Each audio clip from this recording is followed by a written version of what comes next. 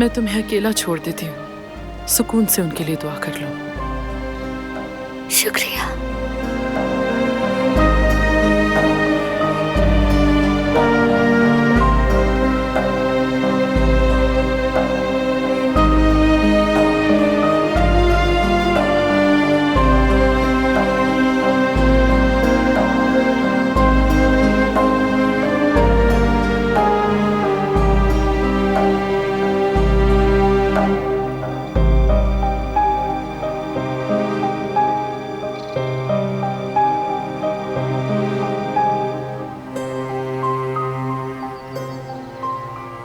मैं आई हूँ आयतर अम्मी।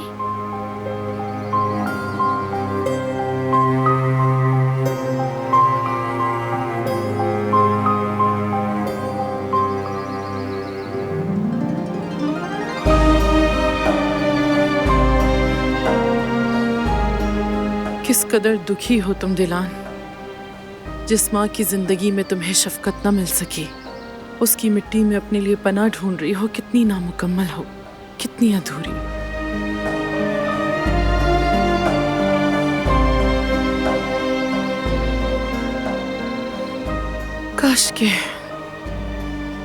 काश मैं तुम्हारी माँ के दिल में वो मोहब्बत डाल सकती जो तुम्हारा हक है, लेकिन नहीं कर सकती।